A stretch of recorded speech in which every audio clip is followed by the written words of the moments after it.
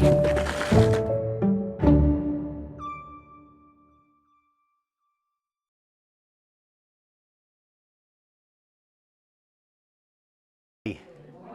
morning. This is wonderful to have you all here on summer finally arriving, and from the end of the week what I see, we're really going to have summer here in Georgetown. Very nice to have you. My name is Bob Willey. If I've not had the opportunity to meet you before, I've had the privilege for 5 years now to be the president, 5.5 years, president of the Friends of the Georgetown Library. And it's just an honor because it's just an incredible library doing wonderful work throughout our community here with a wonderful staff. And Dwight's back here. It's not because Dwight is standing here listening to me speak, who's the director of the library services for the county, based here, but it just is a great team that's working here at the library. And that's our purpose as the Friends of the Library, to raise funds, to encourage participation, to get people in. As several of you indicated, this was your first time, or is your first time, in the Georgetown Library. Good to have you here. And good to have you a part of our lecture series, Tuesdays With, which we stole from Tuesdays with Maury, which is a book that came out in 1997, bestseller, which is a wonderful story between a story about a professor and a student, where the student continued to have contact with that professor for many, many years. And we see that as a good picture of what we're trying to do through our Tuesday With series, providing opportunities for lectures to keep us all informed, no matter what our age is, as we go through our lives, be continual learners. And today we're really especially privileged, as we conclude our 5th series of Tuesdays With lectures, to have Lee Brockington with us. This is one of those, I need to introduce myself more than I need to introduce her, because I think you're not here to hear me, you're here to hear Lee.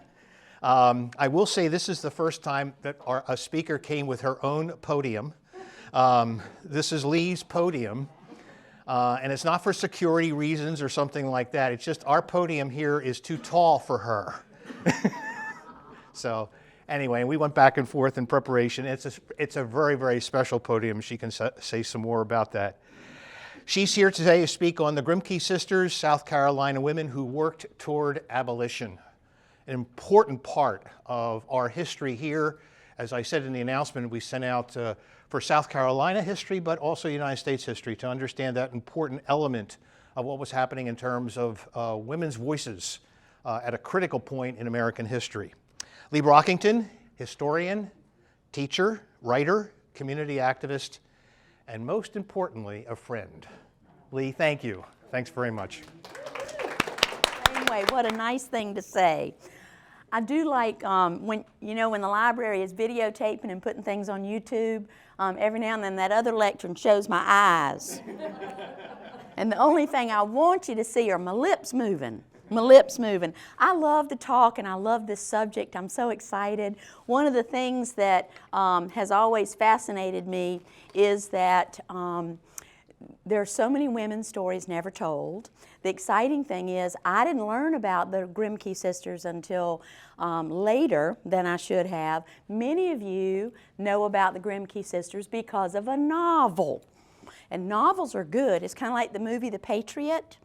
You know, a lot of Revolutionary War reenactors sat around and said, oh, the Patriot, the uniforms weren't right. That cannon wasn't right. That cannonball wasn't right. Well, there are a few things that writers of fiction are allowed to do. And what happens is then the person who reads the novel, the person who goes to see the movie, The Patriot, is then even more interested in reading the nonfiction and the other stories. I'm very grateful to Sue Monk Kidd, whose daughter went to Columbia College, and they wrote the book together, Traveling with Pomegranates. Sue Monk Kidd, who also wrote about Secret Life of Bees. I heard somebody asking about your beekeeper. That's one of the upcoming programs. But early on, in the 1960s, a biography was written, and it's simply called The Grimke Sisters from South Carolina. And I discovered this book when my sister sent it to me out of the blue, because she knew I was interested in women's history. It was at least after 1984, because I was living here at Pawleys Island. So we'll talk about the girls, we'll talk about the sisters, we'll talk about the women. Well-behaved women rarely make history. Y'all heard that before, haven't you? Uh-huh, yes. Or have you heard a woman's place is in the house? and in the Senate. You know that. These two quotes hung in my college dorm room as I studied at Columbia College, founded 4 women in 1854. And as I studied history, I always gravitated toward the courses on women, on African Americans, on abolition, on suffrage, on woman's right to vote, civil rights, human rights. We studied Harriet Beecher Stowe, we studied Susan B. Anthony, we studied Katie Stanton, but it was always the South Carolina stories that intrigued me the most. Shortly after moving to Pawleys Island to work at Hobcaw Barony in 1984, I visited the Charleston Museum and I saw a photograph of 2 women from Charleston who left Charleston in the 1820s and never returned, who took a much different path than their mother, their father, their siblings ever expected they would. In Charleston of the 1820s, a woman's name was only to be in the newspaper in the 1920s and the 1960s, and probably today in Charleston twice in her life. Once when she was engaged, and then when she died and her obituary appeared in the newspaper. That day, when I read about them at the Charleston Museum, I discovered the first mention of their names, and I was in awe. I wondered why I'd not heard of them, and I didn't want you to have to wait any longer if it's the same case. Sarah and Angelina Grimke were pioneers for abolition and for women's rights. The 2 sisters, 12 years apart in age, lived in an era when prevailing customs dictated that women were not to play public roles or to engage significantly in activities beyond the home and beyond the family. And yet these women, they were forces for reform. In the book of essays, South Carolina Women, edited by Marjorie Spruill, Joan Marie Johnson, and Valinda Littlefield, known to many of us in the Georgetown County Library System because Valinda has worked closely with Dwight on public projects. That book, South Carolina Women, helps us understand that these Grimke sisters were the first female agents of the American Slave Society. Their anti-slavery and feminist activism profoundly influenced generations of future reformers. As we'll see shortly, even Ruth Bader Ginsburg lived by Sarah Grimke's words. Women's history has been relegated to mothers and wives, Martha Washington, Abigail Adams, important women, but important also because they were married to important men. Many of you have heard me say before that too much history is a recounting of great men and great events.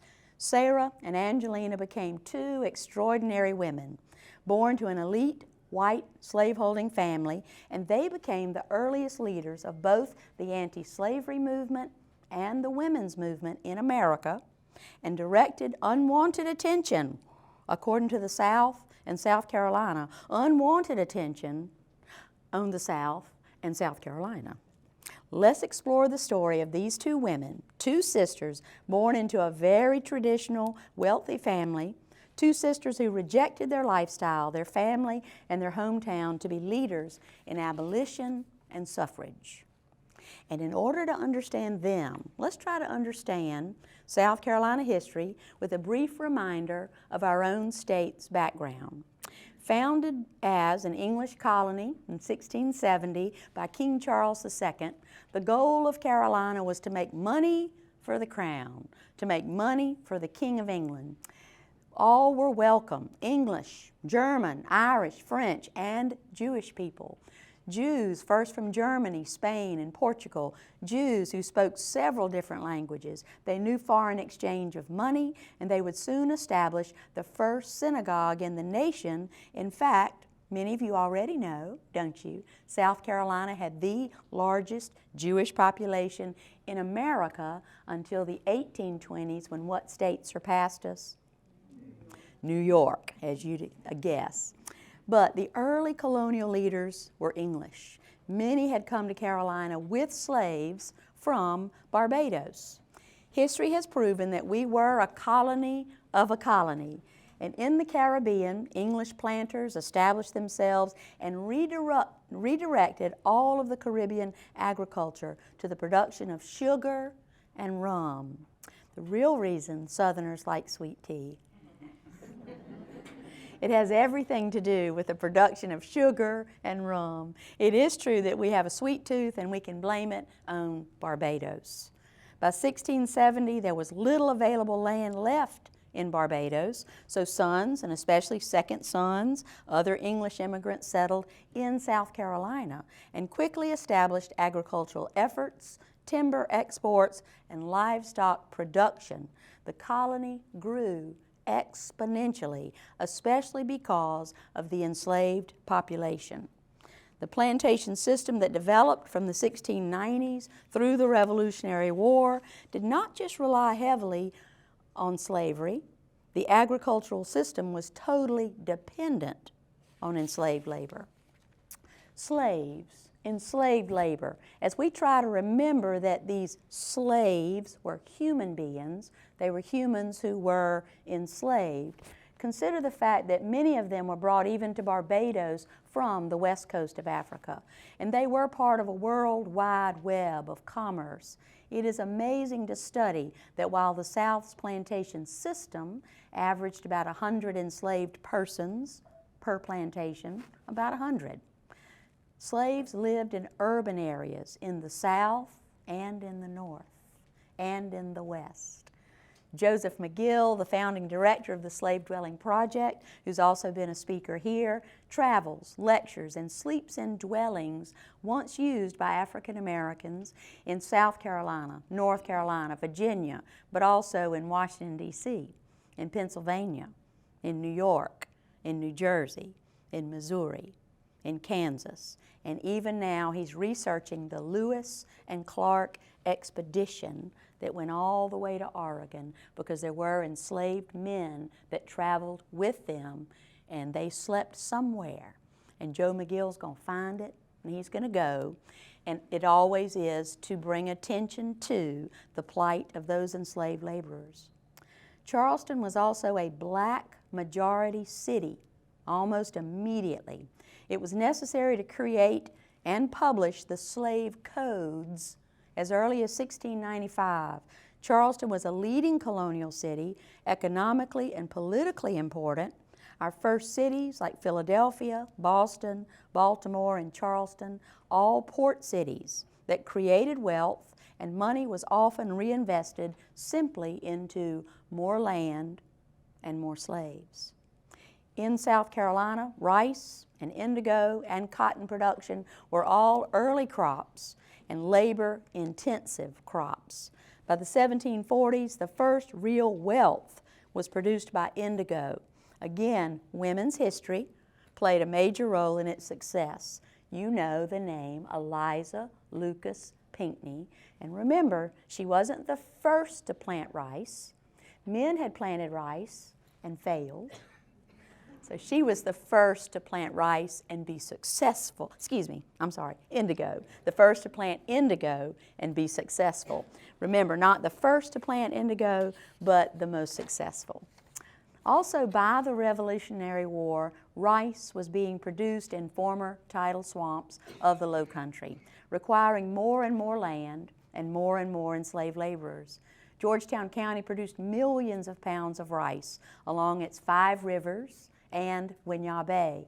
But rice was a dominant part of the entire Low Country's agriculture. Charleston was also a port of entry for so many slaves being imported from West African ports. Charleston is often compared with varying percentages, varying numbers, but as the Ellis Island of slavery. You've heard this.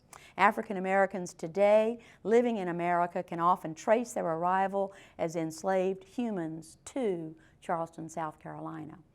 The new, almost yet to be opened International Museum of African American History in Charleston has a very large effort at genealogy, helping African Americans not only trace their genealogy, but perhaps all the way back to their oldest ancestors' entry through Charleston. So, a black majority, and then after the Revolutionary War, South Carolina got even darker. In 1791, the slave revolt in Haiti inspired by the French Revolution and Haiti, the French colony's overthrow of plantation owners sent French Huguenots fleeing and joining other Huguenots in Charleston and in South Carolina. If we say French Huguenots, not only are we mispronouncing a French word, we're also being a little redundant. So any of you Huguenot members out in the audience, I do know how I'm supposed to say it, but we've gotten in the habit colloquially of saying French Huguenots. It's redundant because if you're a Huguenot, you are French. The main thing to remember is that if you are a member of the Huguenot Society, you are Protestant, not French Catholic. Remember earlier I said how so many people were welcome, even Jewish people. Everybody was welcome, but who in the early colonial period? Catholics. And that has everything to do with King Charles II his family being taken from the throne and then later being restored to the throne. Imagine 1791 also about the time that the Lashcott family first came from Haiti, where they were slave owners, came to Charleston, and then instead of owning large plantations initially, certain family members owned a few slaves. We know that from records, but also they began to be rice mill managers. They began to be leaders in management, and then after the Civil War, one of those French Huguenot Lashcotts moved to the Waccamaw Neck, purchased Waverly, and built a different kind of industry and empire on the Waccamaw Neck, even up until current times. Black majority, getting darker. Think about this. As many whites and their slaves left Haiti forever, they began to settle here. And in 1801 or so, the state reopened the international slave trade once again. Closed briefly, reopened for a brief period of time. There were ongoing discussions of closing the trade permanently, and planters themselves often disagreed. Low country rice planters objected, but cotton planters inland were insistent. Why all of a sudden had the argument begun? Many of the rice planters had so many enslaved laborers already. Many of them were informally married. Marriage was not legal between slaves, but there were ministers who married them. They also had children. They were reproducing on rice plantations. There were even breeding plantations, not only in North Carolina and Virginia, but in Pennsylvania.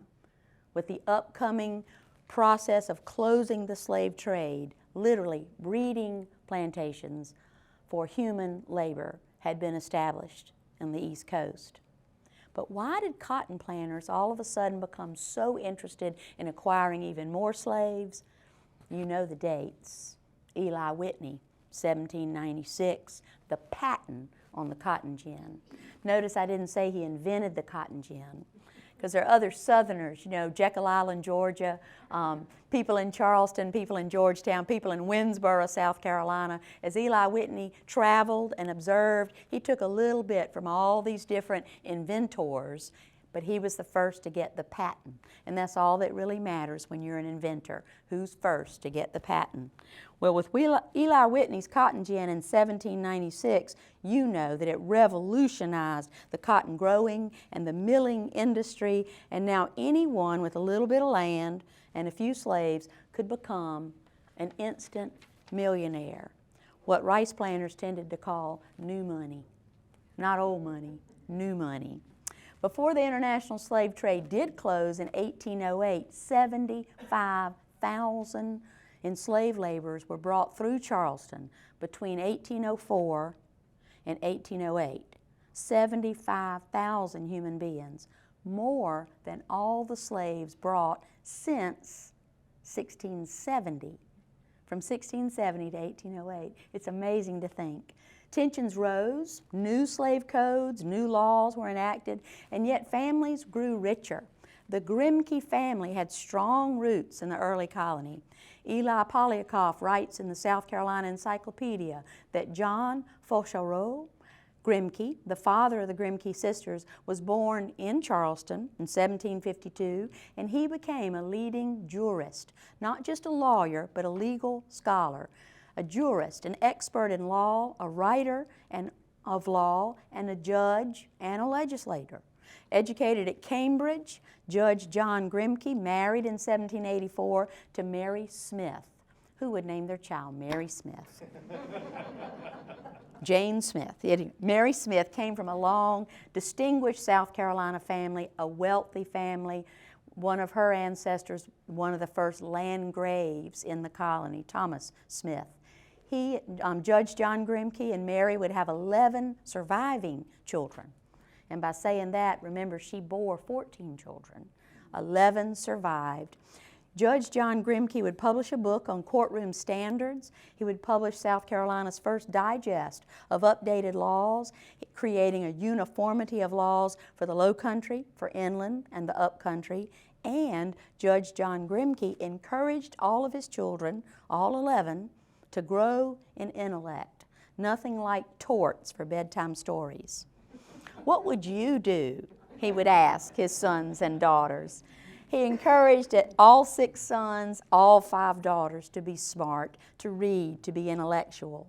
His daughter Sarah, born in 1792, especially enjoyed learning from her father, reading his law books, studying foreign languages, and being encouraged to continue studies not only by her father, but also by her 3 older brothers as well. Judge John Grimke also took Sarah to his plantations, one near Walterboro, below and inland from Charleston, and the other in Union County, roughly between Columbia and Spartanburg. Sarah witnessed slavery all of her life in urban settings of Charleston and in her home, the streets at the bustling wharves of Charleston, as well as at her father's cotton plantations. At about age 12, after 3 more boys were born, a little sister, Angelina, was born in 1805, about 12 years apart, these 2 sisters. Sarah took Angelina under her wing and taught her to be curious about her world, and Angelina learned to question everything. Do you have a child like that? Sometimes it's good, sometimes it's annoying, sometimes it gets you into trouble. As Sarah aged from 12 to 14 to 16, she also felt, saw, knew her access to education was dwindling. The law, foreign languages, and math and science were not needed to be a lady, according to her parents. Sarah felt the sting as her brothers went off to Yale, and she was expected to go off to debutante balls, meetings of the ladies' societies with her mother.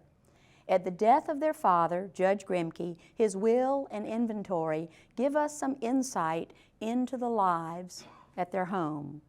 The Grimkes had first lived on Church Street in Charleston in a brick house that today is best known as the Hayward-Washington House. And I bet every one of y'all, if you've been to any house museum in Charleston, have toured what we're now going to call the Hayward-Washington Grimke House. Because now in their interpretation, they mention the Grimke Sisters. I was so pleased last fall when I took a tour at the Hayward-Washington House. It was built, owned by a Hayward prior to the Revolutionary War. It was also Hayward's home that the city rented when George Washington was coming to town in 1791. On his great southern tour, the first time George Washington had ever been south of Virginia. But as any Virginian might tell you, why would we go anywhere south of Virginia? Why would we go anywhere when we're already there, say Virginians? Think about this, though. Right after George Washington's visit, John Grimke has a chance to purchase the house. Not only was he a lieutenant colonel in the Army for the Patriot cause, but also he was very much an admirer of George Washington's. He bought the house, moved in, and was thrilled to raise his family there initially. Again, on tours of the Hayward-Washington House, the Grimke name is mentioned, and as you tour, you can imagine the older 9 children, parents, and enslaved house servants, enslaved laborers in the 18th century. Kitchen, laundry, stables, carriage house, vegetable garden, herb garden, formal gardens in the backyard, as well as in the house. It is also here that Sarah witnesses the cruelty of her own mother, who mistreats the slaves in the household, even saw a black woman being beaten, which upset her so much that Sarah, as a young child, ran away from that brick house on Church Street. She ran away, horrified by what she saw. She ran all the way to the wharves on the east boundary of the port city and was later found crying, begging a sea captain to take her away to a place where this kind of thing did not happen. Scholars debate, however, was this just a childlike reaction to a cruel and hurtful punishment? Was it just a sudden surprise of meanness that this child witnessed? Or was it the seed that began to grow toward the work of abolition? From that house on Church Street, the Grimkes moved to a larger house at 321 East Bay Street, where a historic marker now stands, where the name of the house is no longer just the Blake House. It is the Blake Grimke House on East Bay Street. In 1819, when Judge Grimke dies, an inventory is included with his will. And I want to read this list of his human property. A listing of the slaves, the oldest in their 70s, Old Nancy, still useful, value $5. Will, useless, $1. Rena, a plain cook, not a chef, a plain cook, a washer, an ironer, $70. But slaves listed age 30 or under, 4 male house servants. George, age 38, coachman and shoemaker, $600. Sam, 24, excellent coachman, $650. John, 21, good house servant, $500. Prince, age 15, a house servant in training, $450.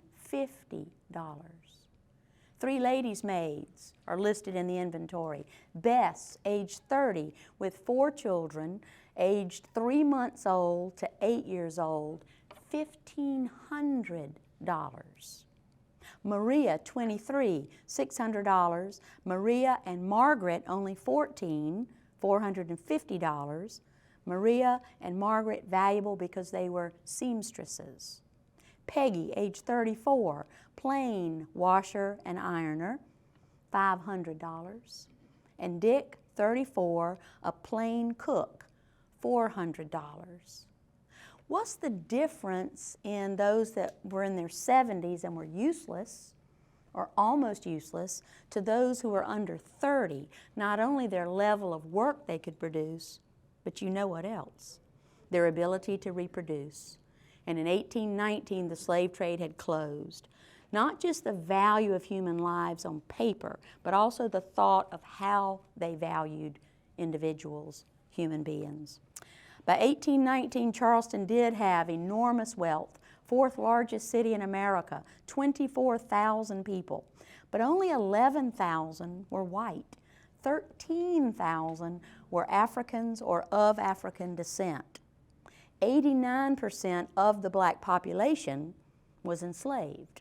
So that means 11% were free blacks, free persons of color, employed in skilled trades, also employed at the docks, the wharves, as longshoremen, as stevedores. I love thinking about Mr. Henry Smith of Georgetown that Dwight and I knew well. He was a stevedore and a troubadour. And so often we had him at the library or on Front Street for festivals. He had worked on our local wharves, of course, as a free man because we knew him, stevedore. I can't say the word without thinking of Henry Smith, our troubadour. By 1819, Sarah, at age 27, and Angelina, at age 14, were questioning their family's Episcopal Church membership. St. Philip's, the oldest parish church in the colony, was led by slave owners. The juxtaposition of Jesus Christ, of God Almighty, and a world of slaves and slave owners just did not make sense to these 2 sisters. Both of the girls outspoken, and when they expressed directly to the ministers what they should be preaching on slavery, about human rights, the girls were silenced. They were resented and they were chastised. They were even formally chastised by the session at a called meeting to which the girls were invited. Imagine you being called up in front of your priest or your rector for daring to suggest what they should preach on. Just shake their hand and say, "Good sermon. Good sermon, sir. Good sermon." That wasn't what the Grimkes were bound to do. The sisters sought a different congregation. Sarah visited and participated in the Quaker Church of Charleston, and when she brought home a Quaker minister to dine with the family, Angelina was delighted to meet this Quaker minister, a woman. Angelina, who had been attending sermons at what we call First Scots Presbyterian, the First Presbyterian Church in Charleston, she had been listening to the progressive teachings of a male minister. But just about that time, he was being chastised by the members of the Presbyterian Church for preaching on abolition, for preaching on human rights. Over and over, I found it was the religion of the Grimke Sisters that led them to their understanding of the need for immediate abolition of women's rights, again of human rights. They challenged the contradictions between slaveholding and the teachings of a Christian faith. As teenagers teaching blacks in Sunday school, they asked their parents and church leaders at the Episcopal Church when they were younger, why can't the servants be taught to read the Bible instead of relying on our oral recitation? Well, imagine how important it was that there was carefully chosen scripture exposed to those enslaved laborers. Imagine if they could read Exodus and understand about Moses leading the Israelites out of slavery. Carefully chosen scripture like, "Obey your master." Sarah truly believed that she had been called to the ministry. After attending the small Quaker church in Charleston, she discovered a larger Philadelphia congregation while she was on a trip with her father in 1819. Judge Grimke was seeking medical advice in Philadelphia, and Sarah accompanied him, nursed him until his death that August of 1819 after a long illness while he was staying at the beach resort, Long Branch, New Jersey. And I figured some of y'all are familiar with Long Branch. You might call it the President's Coast because so many presidents had second homes there. It first came on my radar because Dr. Simon Baruch had a summer retreat on Long Branch, New Jersey, and it just so happened that that's where Bill Baruch was actually born in August of that year. So think about Long Branch, New Jersey, and think about Sarah deciding to stay in the Northeast. She decided to move permanently to Philadelphia. The Quakers were the first religious body to condemn slavery, and Sarah felt this congregation, with its stance on slavery and women in the ministry, was a good fit. Meanwhile, in Charleston, younger sister Angelina was finding Charleston less and less receptive to abolition. Imagine that.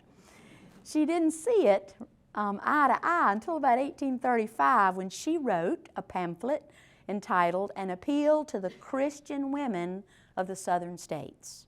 Think of it, a moral issue. It shouldn't just be an economic issue, it should be a moral issue. And women could lead the way if they were approached correctly, these Southern women.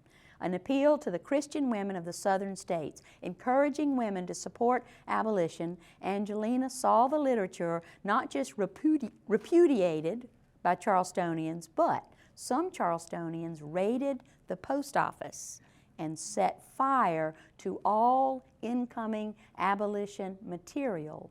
And within a short period leading up to the American Civil War, abolition literature was outlawed from being received at the U.S. post offices in the South. 1837, Sarah in Philadelphia publishes the first full-fledged argument for equal rights for women. 1837, and we're still fighting, aren't we, girls? We're still fighting. Think about this. Angelina decides that she will move to Philadelphia and live with Sarah. And there, yes, they are active in the abolition movement. They still find bars to leadership roles in the Quaker Church. 1837, again, Sarah publishes the very first, America's first full-fledged argument for equal rights for women. And a year later, in 1838, Angelina speaks, the first woman to do so, to a Massachusetts legislative committee on the rights of women to seek employment, to own property, to do business, and in 1838, to vote. Imagine 1838, and when did we finally get the right for white women to vote? 1920. Angelina became the 19th century's most eloquent and effective advocate for emancipation.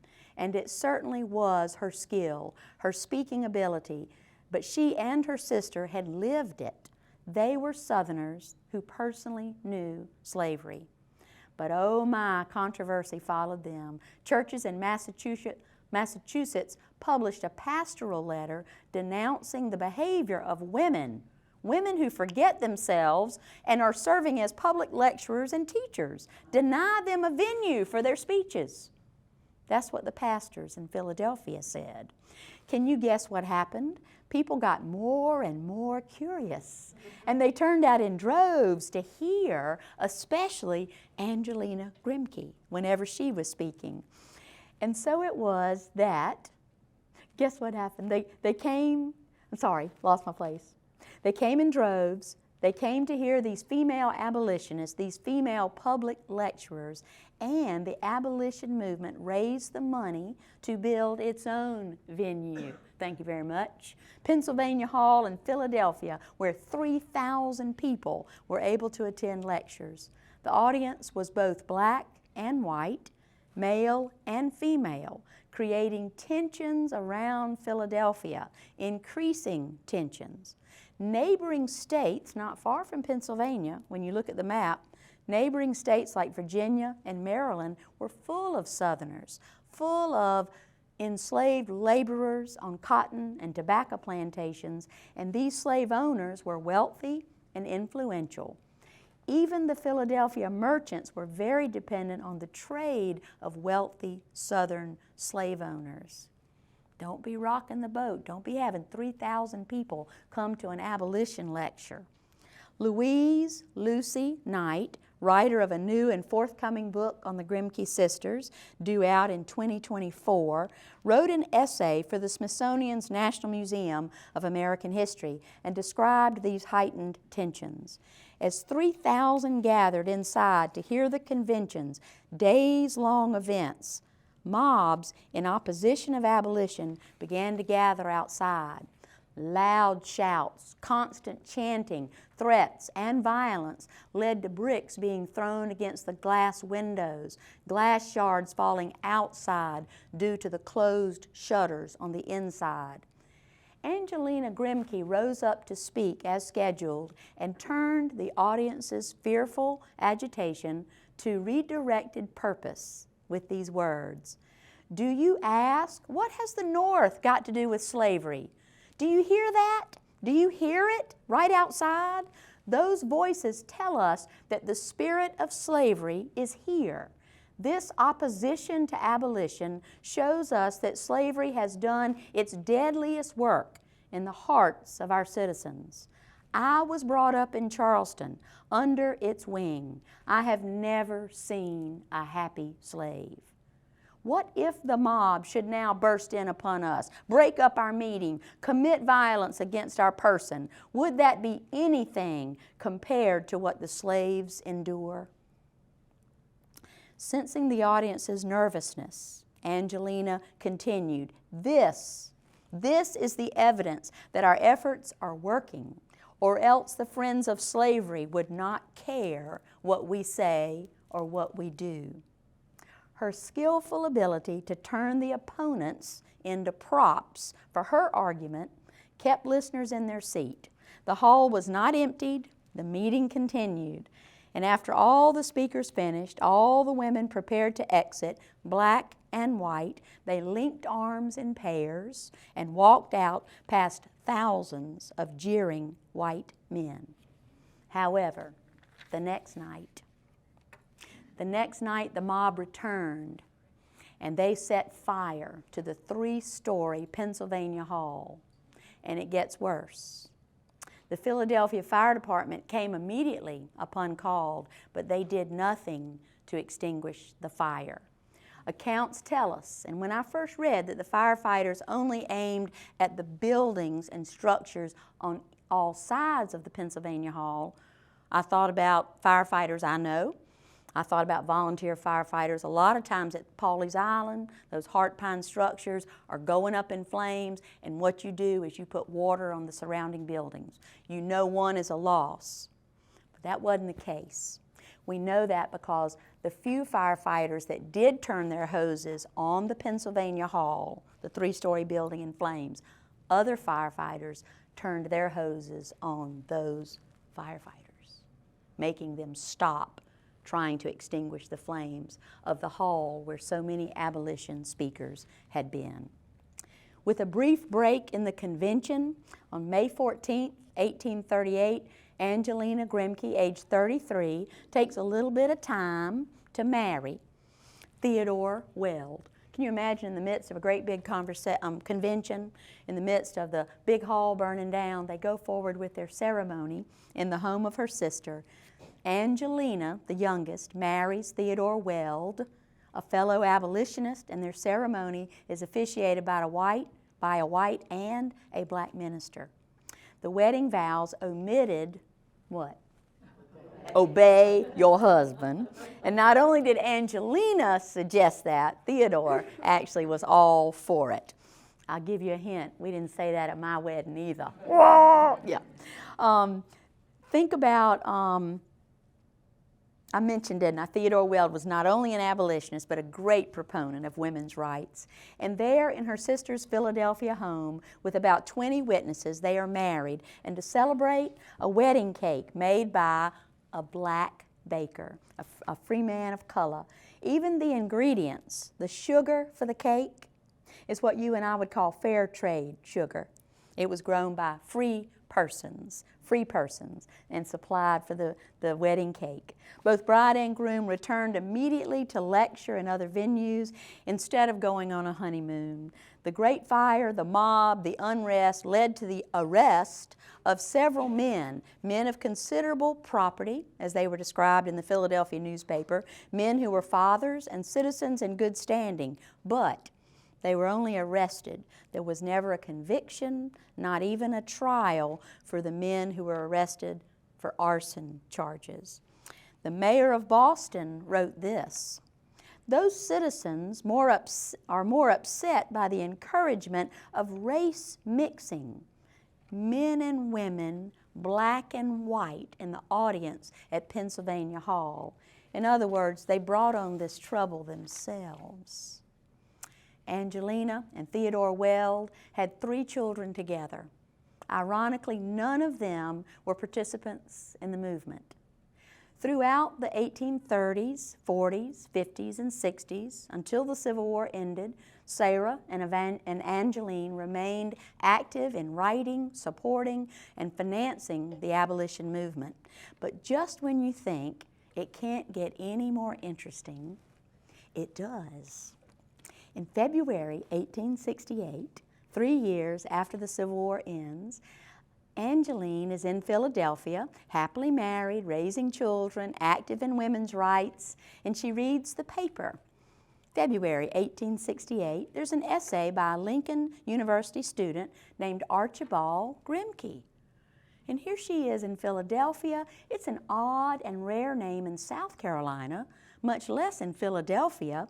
And so she writes a letter. She writes to the school, Lincoln University, and inquires, and she gets a response from Archibald Grimke himself.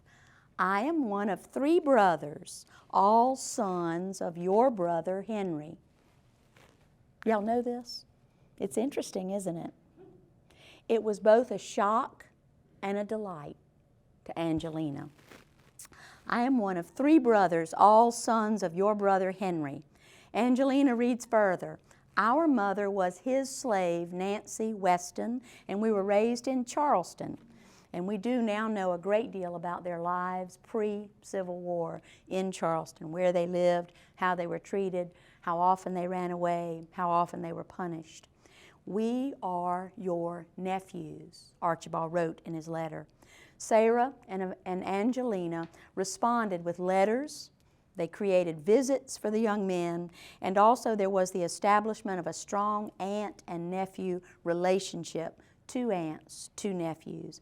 Archibald and Frances were intellectuals. They had sought out education, even college, and the sisters continued to encourage them, attended their graduation, and helped finance their graduate school work. Frances Grimke, half white, half black, went on to Princeton. He became an ordained minister, was a leading African-American clergy member, and was a founding member of the Philadelphia NAACP. Archibald, who had initially responded to Angelina's letter, and the oldest of the actually 3 mixed-race sons of Sarah and Angelina's brother Henry, Archibald Grimke went on to graduate school at Harvard Law, and became an important lawyer in the Washington, D.C. area, was a founding member of the NAACP. He was the branch president in D.C., and he was vice president of the national board of the NAACP. Their brother John, also blood kin of the Grimkes, did not stay in school at Lincoln University. Instead, he returned to his birth mother, Nancy Weston, still in Charleston, and then eventually went to work in Florida. But Archibald and Frances remained in D.C. and in Philadelphia. Both Archibald and Frances, the nephews of the Grimke sisters, took up the banner for human rights, even if Angelina's own children never did. Sarah had 2 marriage proposals from the same man, a widower with 8 children. Sarah loved him, and she loved the children. She really did. But she really thought long and hard about it. She really did. But she chose to focus her life on her work, while her newly discovered nephews provided her the outlet of nurture and encouragement and pride. She and her sister both stated that they hoped Archibald and Frances might restore honor to the Grimke name. At age 60, Sarah visited Washington, D.C. and was taken to visit the Supreme Court chambers in the basement of the Capitol's Senate chamber.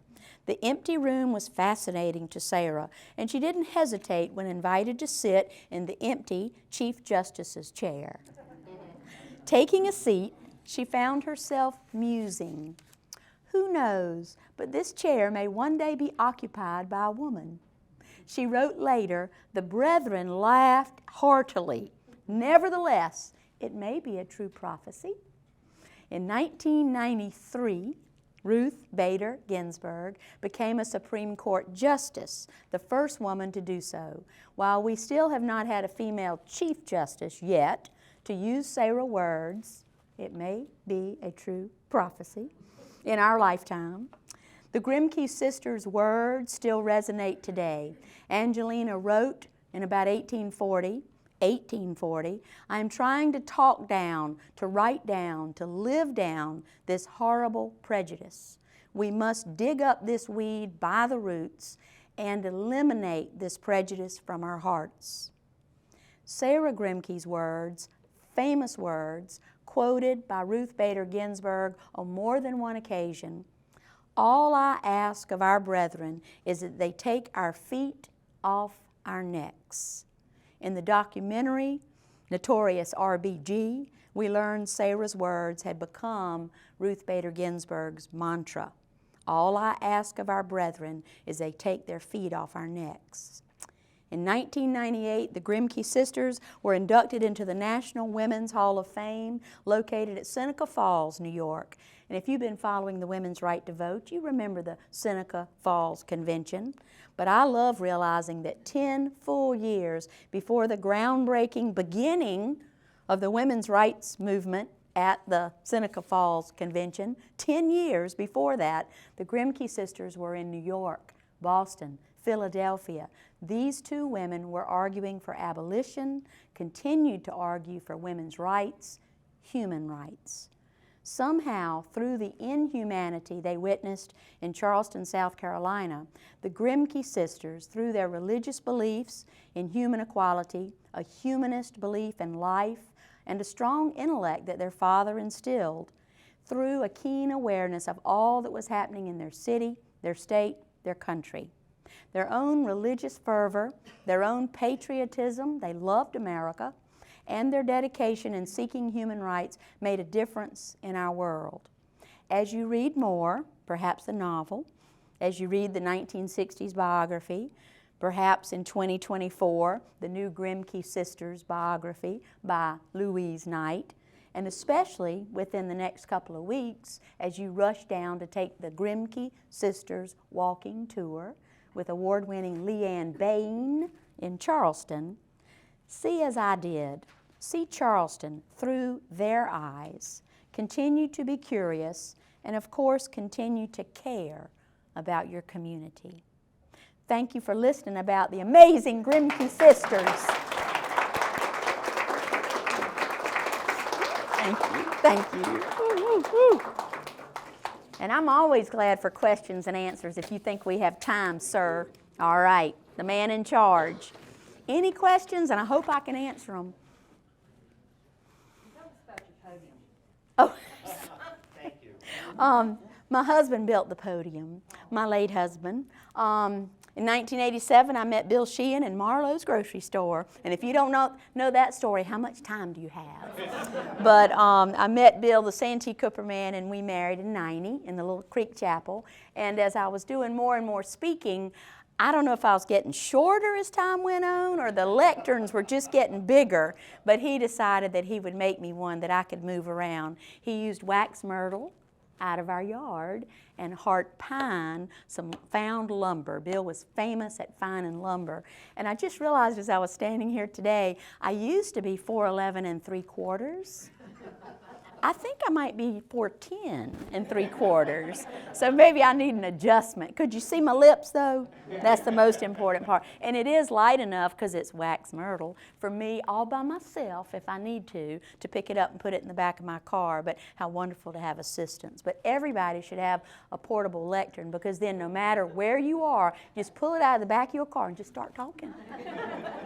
Think about how many abolitionists did that when they felt like they had an audience.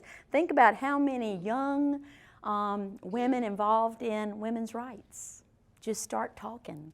I don't know what made me the kind of person I am, but you know, I grew up in a Methodist church. Methodists and Presbyterians were early abolitionists in other parts of the country, not so much in Columbia, South Carolina.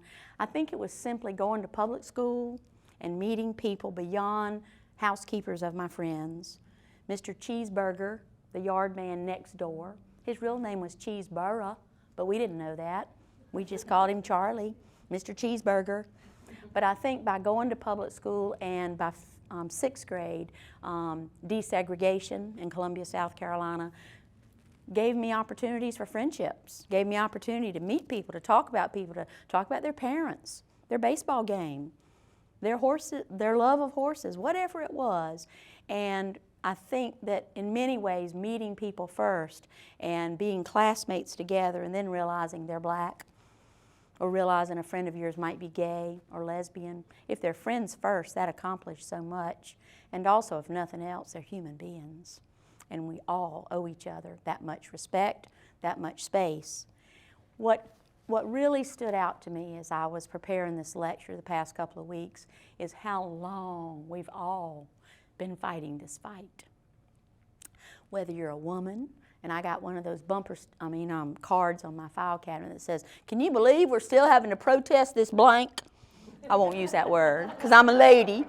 Can you believe we're still having to But then also, as I bore down at my desk this past weekend and watched the news, the inhumanity of what's happening.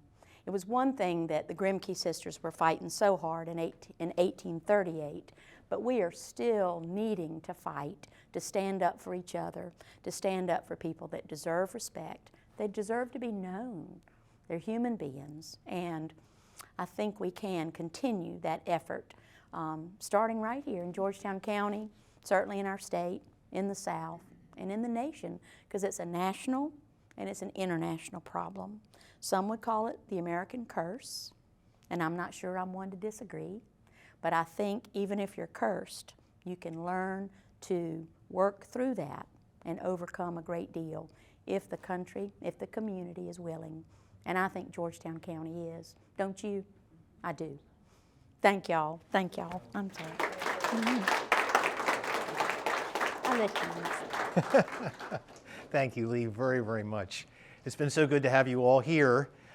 Just to do a few more announcements, actually a week from tomorrow, Lee is also going to be speaking in the library system at the Andrews Library on the topic of the 5 rivers of Georgetown County. And so if you're able to make that, that's a part of a series that's been going on. This is actually the 3rd month of 3, the DigiBridge series that's been going on. And tomorrow is an excellent lecture as well. It's every Wednesday at Andrews. It's been previously at Carver's Bay and at the Southern Library in the system. Dan Turner, who's here, has put together that series. Tomorrow at 2 o'clock in the afternoon is Joy Bonds, who's going to be speaking on a topic she actually started here within our series on Harriet Tubman. There is a family member of Tubman, of Harriet, that lives in Washington, D.C., and is that, Dan, you want to say a word about that? I believe she's actually going to be talking this time to a descendant of James. James Foley. Yes. So this time it's going to be a little bit, but it builds on her previous talk here. So she'll be talking with a descendant of James Foley tomorrow. Who'll be zooming in, and she'll interview that descendant. Now you get me started on James Foley, who was a resident here in Georgetown during Reconstruction, was a family member of Harriet, was a nephew of Harriet, grandnephew of Harriet Tubman, who was in the first group that she rescued out of Maryland to the north, but had come here after the Civil War to live in Georgetown. And it's just a fascinating history, but anyway, that connection. But that's tomorrow afternoon at 2 o'clock, and then next Wednesday at 2 o'clock at Andrews Library. That also is being videoed. I'm looking back at Aaron. That'll be videoed and will be a part of the YouTube page of the library, so as well as this. And Lee, thank you so very, very much for an excellent presentation. Appreciate that. As I mentioned, this is the end of our 5th series in our Tuesdays with lectures. Our new series is all completed and ready for next fall. We have these lectures on the 3rd Tuesday at 10 o'clock in the morning here in the auditorium from 10 to 11 o'clock, and that starts in September and continues through May. The series is announced on a sheet if you want to pick up a copy back there. One other announcement, and it's one of our fundraising projects of the library here, the Friends of the Library, and that is our annual, our book sales. We used to have twice a year here in the auditorium, but with COVID, sometimes really good things come out of COVID. We weren't able to do the book sales here in the auditorium, so what we began doing now, and this is our 3rd year doing it, is having book sales at the Georgetown Community Farmers Market. And if you come down on Saturdays between 8 and 1 o'clock in the afternoon, we're down at the farmers market selling books at the exorbitant price of 50 cents for paperbacks and $1 for hardbacks. It's your way to pick up your summer, your fall, your winter reading of really good books, and a great way to support the children's reading programs here at the library. Oh, Screven Street, just across from the old courthouse. So come down, it's a lot of fun. Also, there's veggies and fruits and all those kinds of things at a farmer's market, but you can also satisfy your bibliomaniac needs. I thank you all for being here today, and one more time, Lee, thank you. Thank you.